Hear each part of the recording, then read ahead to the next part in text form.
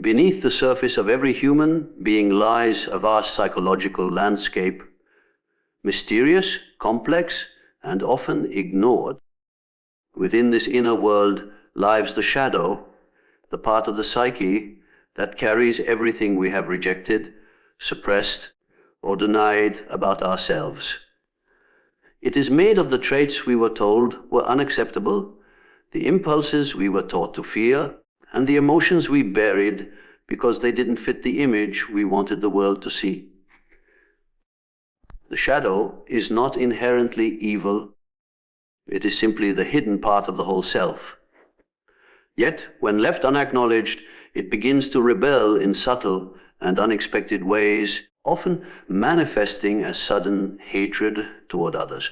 The human mind has a natural tendency to maintain a comfortable image of itself. People want to believe they are kind, rational, and morally stable. But when aspects of themselves don't match that self-image, they are often pushed down into the unconscious. These exiled parts don't disappear. They wait patiently in the dark, collecting energy, shaping perceptions, and influencing behavior from behind the curtain of awareness. Eventually, the psyche seeks release for this suppressed energy, and it often finds that release through projection. Projection is a psychological mechanism where we unconsciously assign our unwanted traits, emotions, or desires to someone else. When we encounter another person who mirrors these hidden aspects, the shadow stirs. It's as if something inside recognizes itself, but refuses to admit it. This recognition creates discomfort, and that discomfort can quickly turn into hostility. For example, a person who suppresses their own selfishness might despise others who seem self-centered. A person who denies their anger might develop a sudden dislike for someone who expresses theirs openly. These reactions often feel instant and irrational because they don't arise from conscious thought. They emerge from the unconscious territory where the shadow resides. The rebellion of the shadow is silent but powerful. It does not announce itself with clear reasoning. Instead, it speaks through emotions, impulses, and sudden shifts in perception. One moment, someone may appear neutral or even likable, and the next, they become a target of suspicion, irritation, or hatred. This shift is rarely about the external person. It is about the internal trigger they unknowingly activated. The shadow, when threatened by exposure, reacts defensively. Hatred becomes a shield that prevents deeper self-reflection. This phenomenon is common in relationships, workplaces, and communities. People suddenly turn against friends, colleagues, or public figures without a clear, logical explanation. Often, these individuals have simply reflected back a trait, attitude, or truth that others are unwilling to confront within themselves. The more someone embodies a quality that another person has suppressed, the stronger the emotional reaction tends to be. It is not that the other person has changed. It is that the perceiver's unconscious has been stirred. The hatred that emerges is a projection of their own hidden content. The shadow's rebellion is also intensified by cultural and social conditioning. From childhood, people are taught what is acceptable and what is not. Anger, vulnerability, ambition, sexuality, or even certain types of creativity can be labeled as bad or inappropriate. To gain acceptance, children learn to hide these parts. As adults, they continue to carry these buried aspects, often forgetting they exist. But the psyche remembers, the shadow remains alive, waiting for moments of recognition. When someone in the external world expresses the very thing they have suppressed, the old conditioning reacts with emotional intensity. Hatred becomes a way to distance oneself from the uncomfortable reminder of what lies hidden inside. Another dimension of this rebellion is its unpredictability. The shadow can remain dormant for years and then suddenly erupt when the right stimulus appears. This eruption can feel like a betrayal of one's conscious beliefs. A person who considers themselves tolerant might experience a sudden surge of hatred toward someone who challenges their moral certainty. A person who prides themselves on kindness might feel an unexplainable dislike for someone who embodies traits they secretly envy or fear. This unpredictability reveals just how powerful and autonomous the shadow can be. It operates independently of conscious will, pulling emotional strings from the background. The rebellion is not always aggressive. Sometimes it manifests as passive resistance, coldness, or avoidance. But when the tension between the conscious self and the shadow grows too strong, hatred can appear as a sudden and intense emotional outburst. This hatred is rarely logical because it is not rooted in rational evaluation. It is rooted in the psyche's need to defend the fragile boundaries of the self-image. The shadow threatens those boundaries by revealing what the conscious mind wants to keep hidden. People often underestimate the subtlety of this process. They explain their feelings with surface-level reasons. I just don't like that person, or there's something off about them, without realizing that these feelings may be echoes of their own repressed content. The shadow doesn't speak in clear language, it communicates through emotional reactions. By externalizing inner conflicts, the mind avoids facing uncomfortable truths. Hatred then becomes not only a defense, but also a diversion. It diverts attention away from self-examination and toward blaming others. This silent rebellion is one of the most powerful forces in human behavior. It shapes perceptions, influences social dynamics, and fuels interpersonal conflicts without being noticed. It operates beneath the level of awareness, yet its effects are visible in the sudden shifts of emotion and judgment that punctuate everyday life. The moment we feel an unexplainable surge of hatred towards someone, it is often the shadow speaking from the depths, demanding acknowledgement.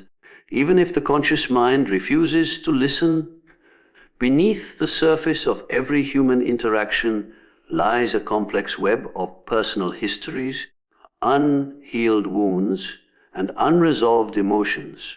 Most people move through life believing their conflicts with others are purely external, caused by differences in opinion, personality, or circumstance. But in reality, many of these conflicts are reflections of battles taking place inside the human psyche. What is not resolved within often seeks expression without turning inner struggles into outer wars. This transformation is rarely conscious. It happens quietly, automatically, as the mind looks for ways to release the pressure of buried emotions and unacknowledged truths. Unresolved inner conflicts typically begin early in life. Experiences of neglect, rejection, fear, or shame create emotional residues that remain long after the events themselves have passed. These residues form psychological imprints that shape how people perceive themselves and the world. Instead of being fully processed, these emotions are often pushed down, stored in the unconscious as fragments of unfinished stories. As time goes on, they don't simply disappear, they accumulate, waiting for triggers that will bring them to the surface. When such triggers appear, they rarely announce themselves clearly. Instead, they disguise themselves as disagreements with others, frustrations, or sudden emotional reactions that seem disproportionate to the situation at hand. A common example of this can be seen in relationships. Suppose someone grew up feeling overlooked and unimportant. If these feelings remain unresolved, they carry into adulthood like invisible baggage. When this person enters a friendship or partnership, even small signs of neglect, like a delayed text reply or a lack of attention, can ignite powerful emotions. The reaction is not really about the present moment. It's about the echo of the past.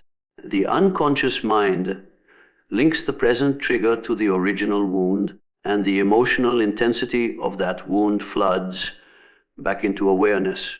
What started as an inner sense of inadequacy now becomes an outer argument or emotional explosion directed at another person.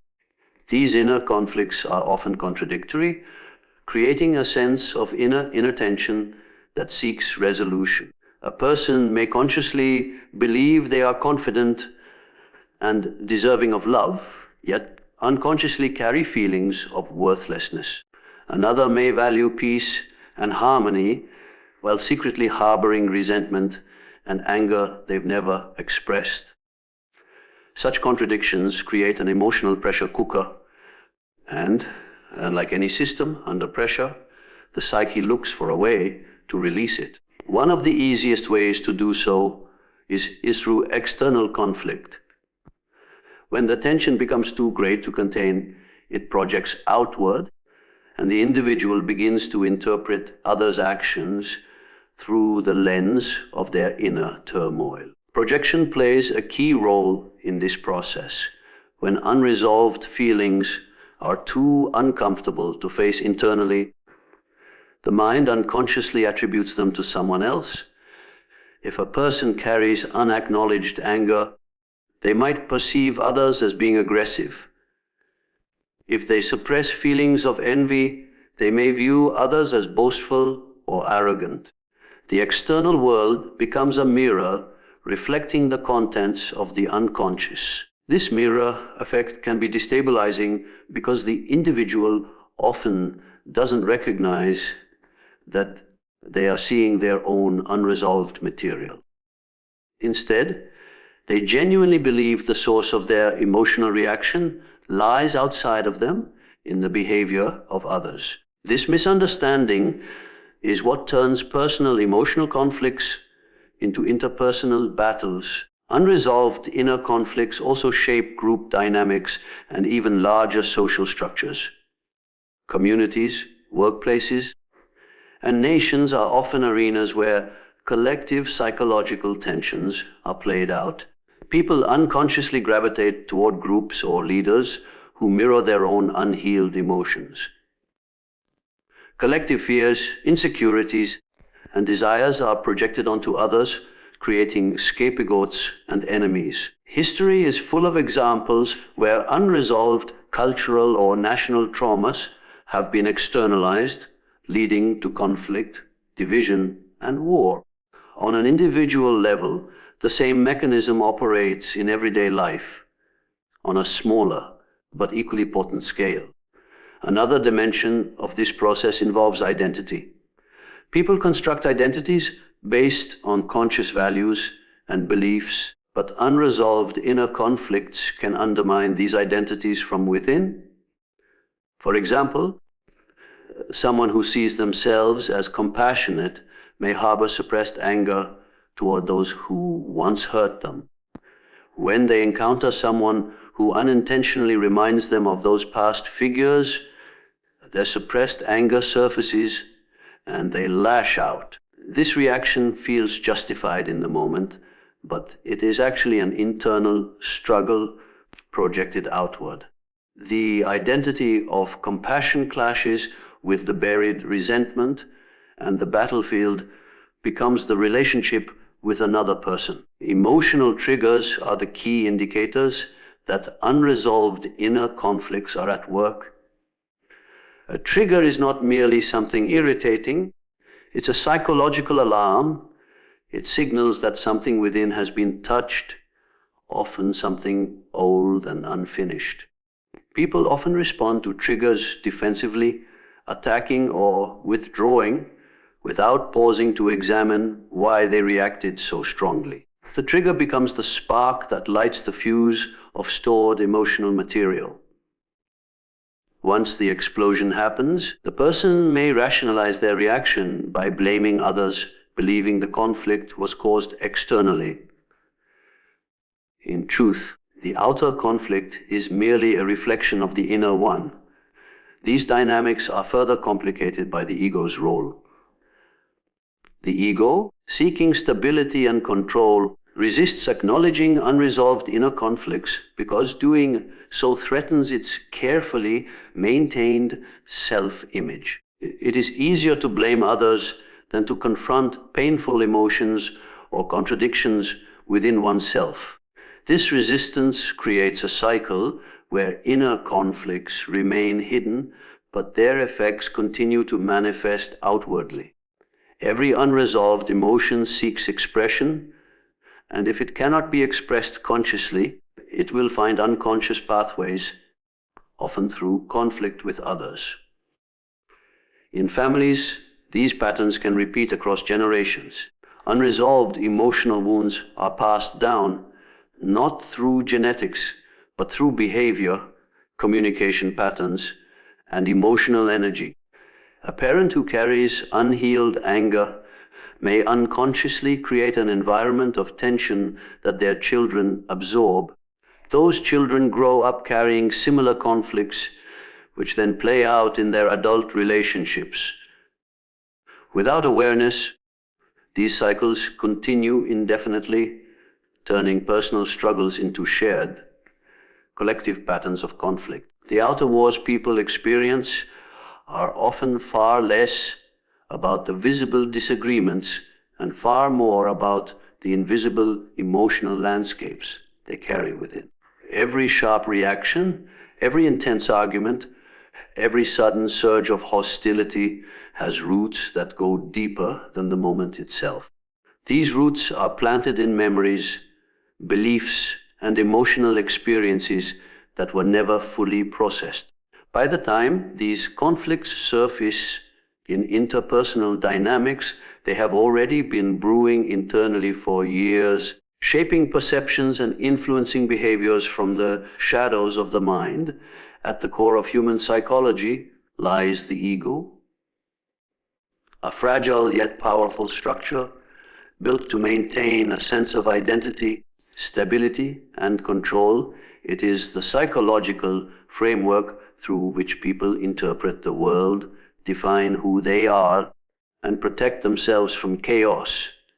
The ego's primary goal is to preserve a coherent self-image and to keep reality predictable. But when something or someone challenges that carefully constructed sense of self, the ego perceives it as a threat. This perceived threat often triggers defensive reactions, sometimes subtle and sometimes explosive, as the ego fights to avoid disruption. Sudden hatred, resentment, or hostility frequently arise from this very dynamic, the ego's fear of being unsettled. The ego is not inherently malicious. It serves a necessary function. It allows individuals to navigate society, set boundaries, and maintain psychological continuity. Without it, there would be no stable sense of I.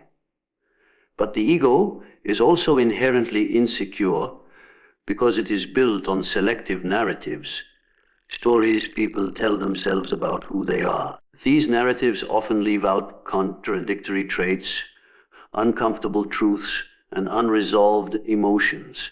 When life brings experiences that expose these hidden aspects, the ego senses instability. It is as if a crack has appeared in the wall it built to keep reality under control. In response, it instinctively moves to defend itself. This defense can take many forms. Sometimes it appears as denial, refusing to accept new information that contradicts the existing self-image. Other times, it manifests as projection, attributing unwanted traits to others to avoid recognizing them in oneself. And often, It takes the shape of sudden emotional hostility toward those who disrupt the ego's carefully maintained balance. When someone embodies a quality, truth, or energy that threatens the ego's narrative, that person becomes a psychological adversary, even if they have done nothing wrong. Consider a person who prides themselves on being morally superior, always doing the right thing. If they encounter someone who confidently challenges their beliefs or exposes their hidden biases, the ego reacts sharply. This reaction may not be expressed through calm discussion, but through irritation, defensiveness, or sudden dislike. The other person has unknowingly stepped on a psychological fault line. Their presence threatens the ego's constructed identity, and the emotional reaction that follows is the ego's attempt to protect itself from that disruption. The fear of disruption is especially intense when the ego has built its identity on fragile or exaggerated foundations. People often cling to specific roles, achievements, or beliefs as pillars of their self-worth. If these pillars are questioned, the ego experiences panic similar to a structure being shaken at its base. For instance, someone who bases their identity on being intellectually superior might react with hostility toward anyone who outsmarts them. Someone who sees themselves as universally liked may feel sudden resentment toward a person who dislikes them, not because the other person has wronged them, but because their ego cannot tolerate the idea of not being universally accepted. The ego's fear is rooted in its inability to integrate complexity. Real human identity is fluid, multifaceted, and sometimes contradictory. But the ego prefers simplicity and control. It wants clear categories, good or bad, right or wrong, safe or dangerous. When something doesn't fit neatly into these categories, the ego experiences anxiety. That anxiety is often projected outward as anger or hatred toward the source of disruption. Instead of questioning its own rigidity, the ego tries to remove or attack the perceived external threat. Another layer of this dynamic involves emotional triggers. A trigger is essentially a disruption signal. When a person's behavior, words, or presence triggers strong emotions in another, it often indicates that the ego's defenses have been touched. The conscious mind might not immediately understand why the reaction is so strong, but beneath the surface, the ego has detected a challenge to its authority. This is why seemingly small interactions can provoke disproportionate emotional responses. It's not the external event itself that matters most. It's what the ego believes that event implies about the self. Social interactions often become battlegrounds for these hidden ego fears. People unconsciously assess whether others support or threaten their identity. Compliments and validation are welcomed because they strengthen the ego's structure. Criticism, indifference, or difference of opinion are often perceived as attacks. Even neutral actions can be misinterpreted when filtered through a fragile ego. A friend's success might trigger envy, not because the success itself is harmful, but because it disrupts the ego's sense of being superior or special. A stranger's confidence might be met with disdain because it threatens an ego built on dominance or control. The ego also fears internal disruption, moments when personal experiences or realizations reveal contradictions within the self. For example, someone may believe they are always honest, yet catch themselves lying in a subtle way. This realization creates internal friction, and the ego scrambles to restore harmony. It might rationalize the lie, minimize it, or redirect attention elsewhere. Externalizing the disruption is easier than facing it directly, so the person might become unusually critical of others' dishonesty as a defense mechanism. Cultural and societal systems reinforce this egoic fear by rewarding conformity and punishing complexity. People are encouraged to adopt fixed identities: successful professional, devoted parent, moral citizen. These roles become intertwined with self-worth. When anything challenges these roles, whether through personal failure, social shifts, or encounters with others who don't fit the mold, the ego reacts defensively. Sudden hostility toward those who represent alternative perspectives is often a sign of the ego's insecurity rather than genuine moral or intellectual disagreement. The more rigid and unexamined the ego structure, the greater its fear of disruption. When the ego depends on external validation or tightly controlled narratives, even small disruptions can feel threatening. This fear doesn't always appear as open aggression. It can manifest as passive resistance, withdrawal, sarcasm, or silent judgment. But at its core, the mechanism is the same. The ego is trying to restore stability by resisting what threatens its image. This fear of disruption is not limited to individuals. It operates collectively as well. Groups, communities, and institutions build shared egos, collective identities that define who we are. When these collective identities are challenged, members often react defensively and sometimes aggressively.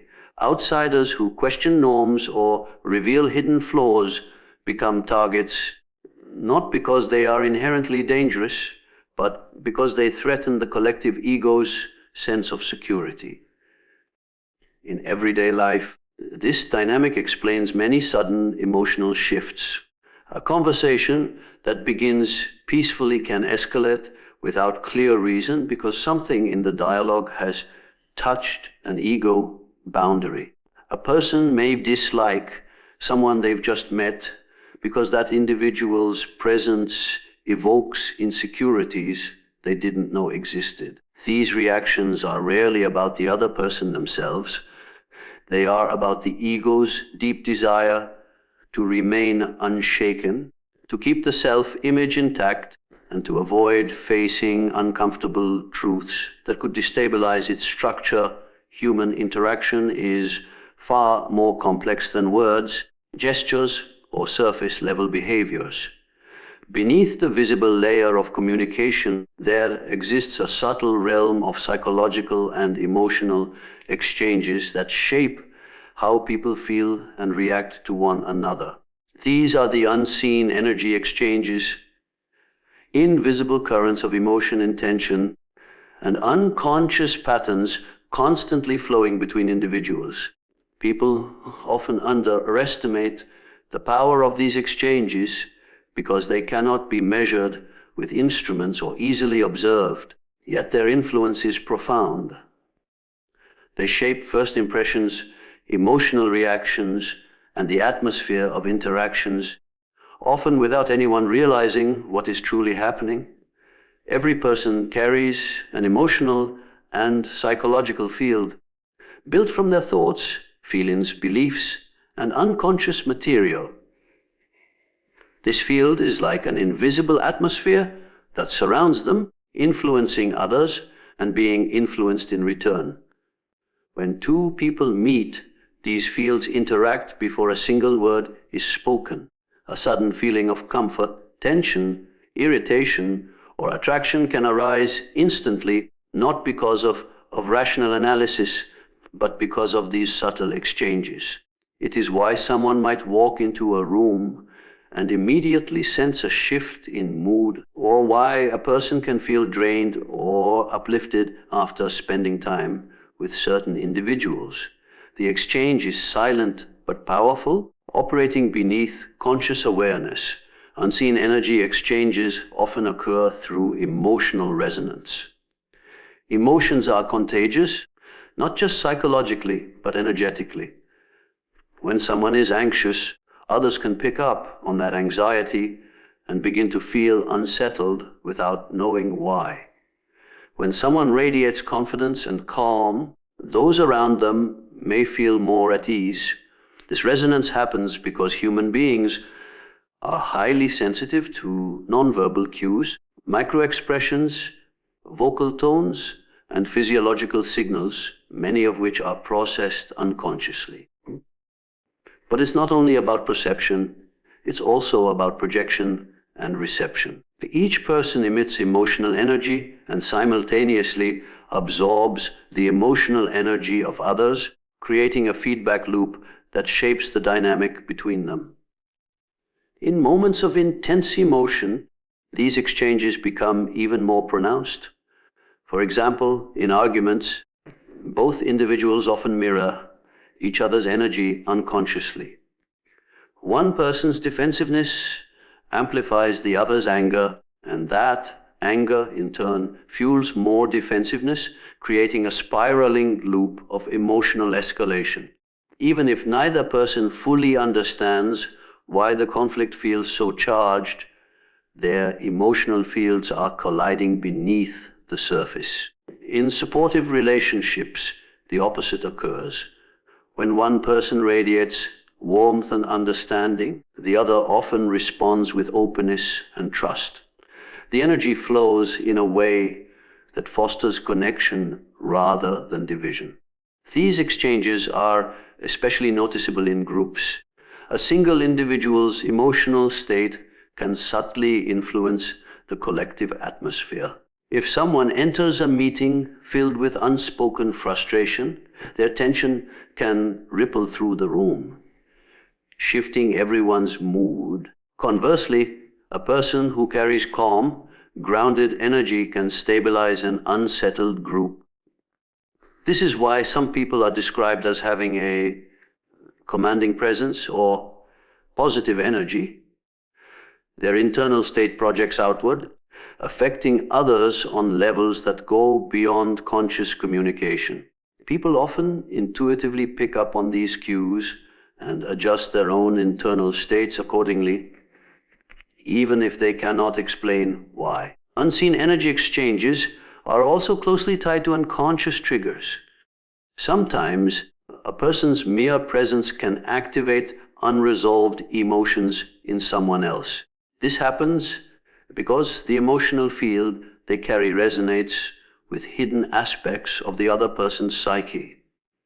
For example, someone who carries unhealed anger may unconsciously trigger feelings of fear or defensiveness in another person who associates anger with past pain. Another example is when a confident individual triggers envy or insecurity in someone who struggles with self-worth. These reactions may seem sudden and irrational on the surface, but they are often the result of subtle psychological energies interacting beneath awareness. The phenomenon of mirroring further intensifies these dynamics. Humans naturally mirror each other's emotional states as a way to build connection and empathy. This mirroring occurs through neural mechanisms as well as unconscious emotional tuning. When two people are aligned, their emotional states can synchronize, creating a sense of harmony and mutual understanding. But when one person carries unresolved emotional turbulence, this mirroring can lead to emotional contagion, where the other person begins to experience similar inner turmoil without fully knowing why. This is why spending extended time with certain individuals can feel emotionally draining, while being around others can feel energizing and supportive. Unseen energy exchanges are not limited to emotions. They also involve deeper psychological patterns. Each person carries unconscious archetypes, fears, desires, and defenses that influence the energy they emit. For example, someone who unconsciously adopts a dominant role may project an energetic presence that causes others to slip into submissive roles without realizing it. Someone who embodies a victim mentality may evoke rescuing behaviors in others. These patterns create invisible dynamics that shape relationships and interactions often more strongly than words or conscious intentions. These exchanges also explain why people can have immediate gut reactions to strangers. Sometimes a person's energy resonates with familiar patterns from the past. It might remind someone of a parent, a former friend, or a past experience. The reaction is not to the individual themselves, but to the psychological energy they represent. This can lead to instant liking or disliking, trust or mistrust, comfort or discomfort, all before any rational judgment is formed. The subconscious recognizes patterns long before the conscious mind catches up, and these recognitions manifest as feelings or intuitions that seem to come from nowhere. Environments, too, hold energetic imprints from the people who occupy them. A home where constant conflict occurs can feel heavy and tense even when it's empty. A place where creativity and joy thrive can feel inspiring to those who enter. These atmospheres are shaped by repeated emotional exchanges that leave subtle impressions on the space, influencing how people feel when they walk in. This is why certain places feel welcoming while others feel unsettling, even if they look perfectly ordinary on the surface. Cultural and collective energies add another layer to this phenomenon. Entire societies share emotional undercurrents based on historical events, shared beliefs, and collective traumas.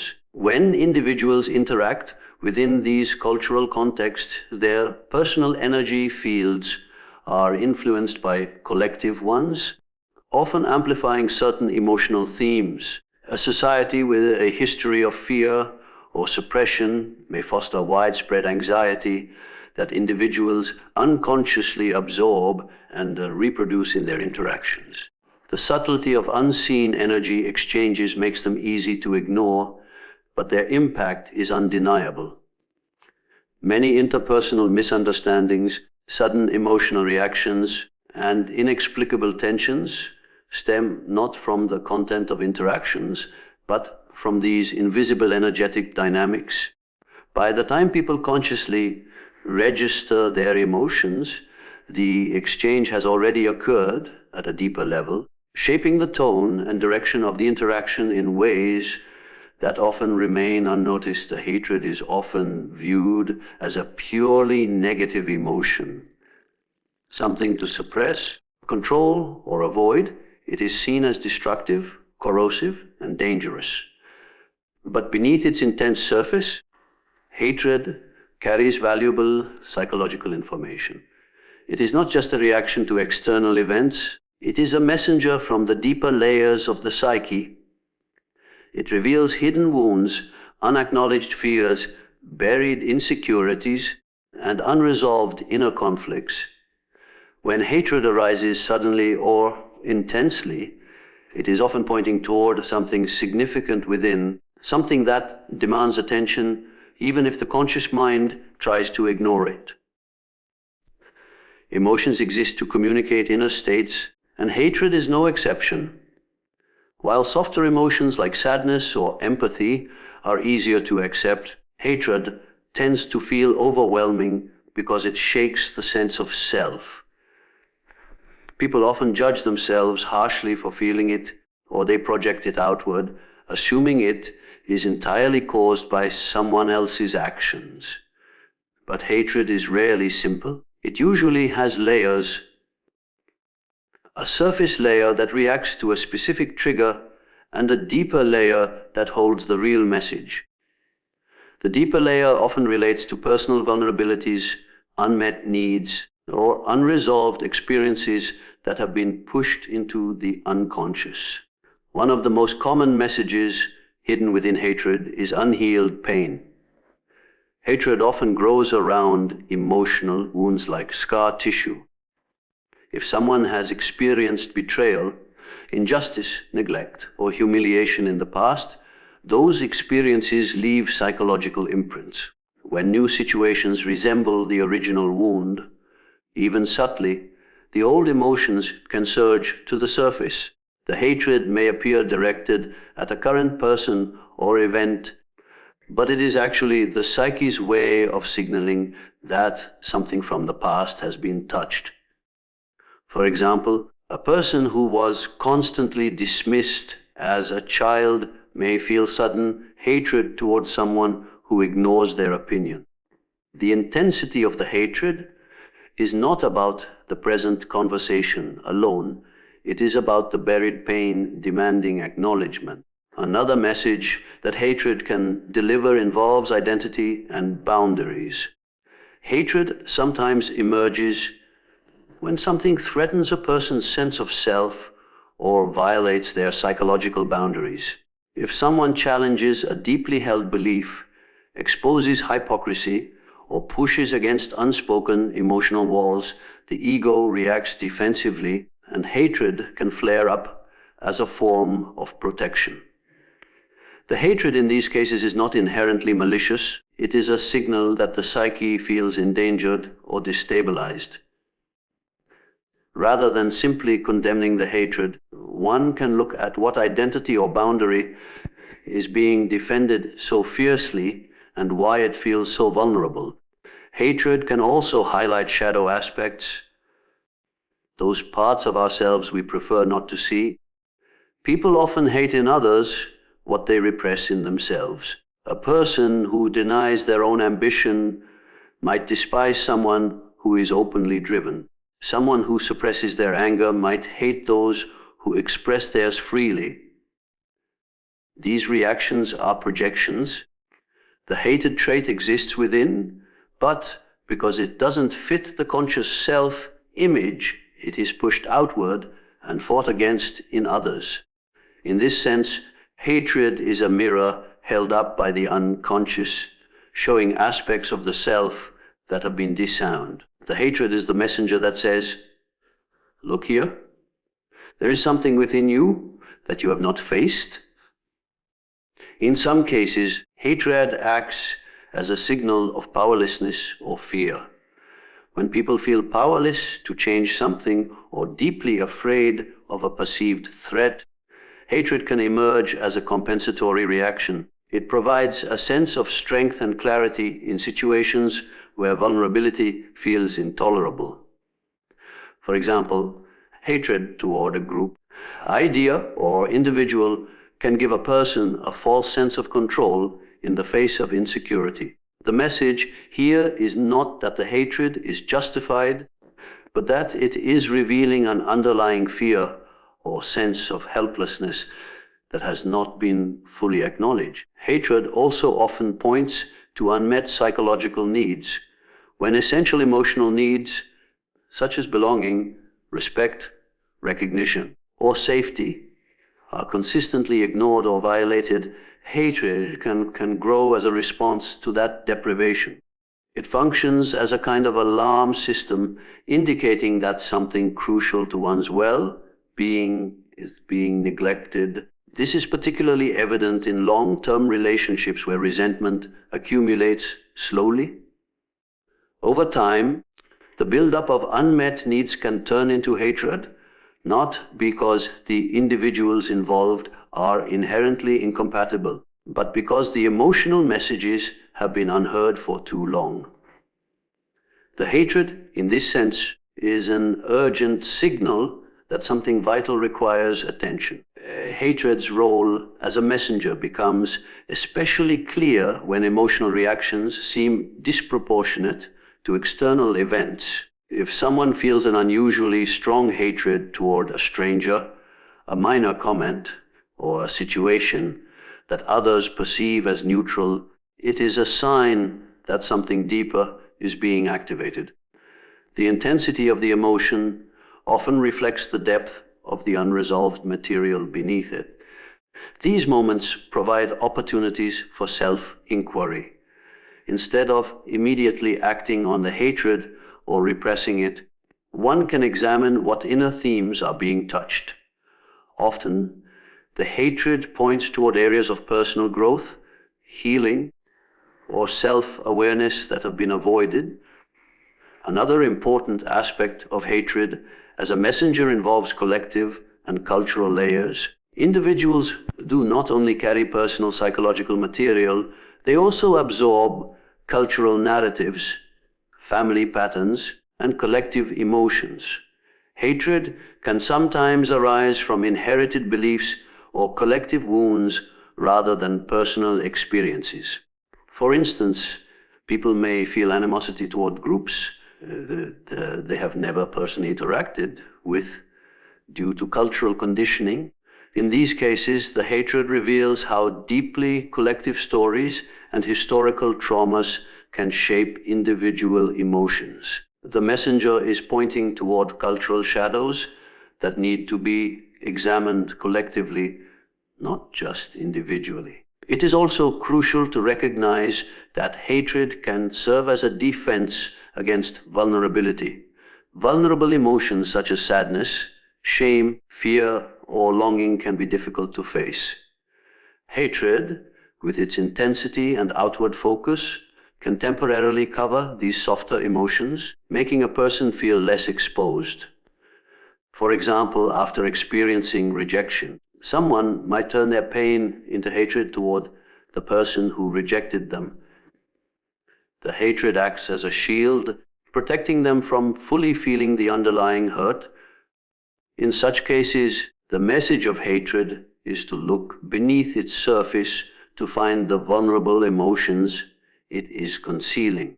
The complexity of hatred makes it a powerful psychological signal. It rarely appears without reason, even if the reason is not immediately obvious. By treating hatred not merely as a reaction to be judged or suppressed, but as a messenger carrying information from the depths of the psyche, individuals can uncover hidden layers of themselves. This process requires honesty, patience, and a willingness to look beneath the surface of intense emotions to find the truths they are pointing toward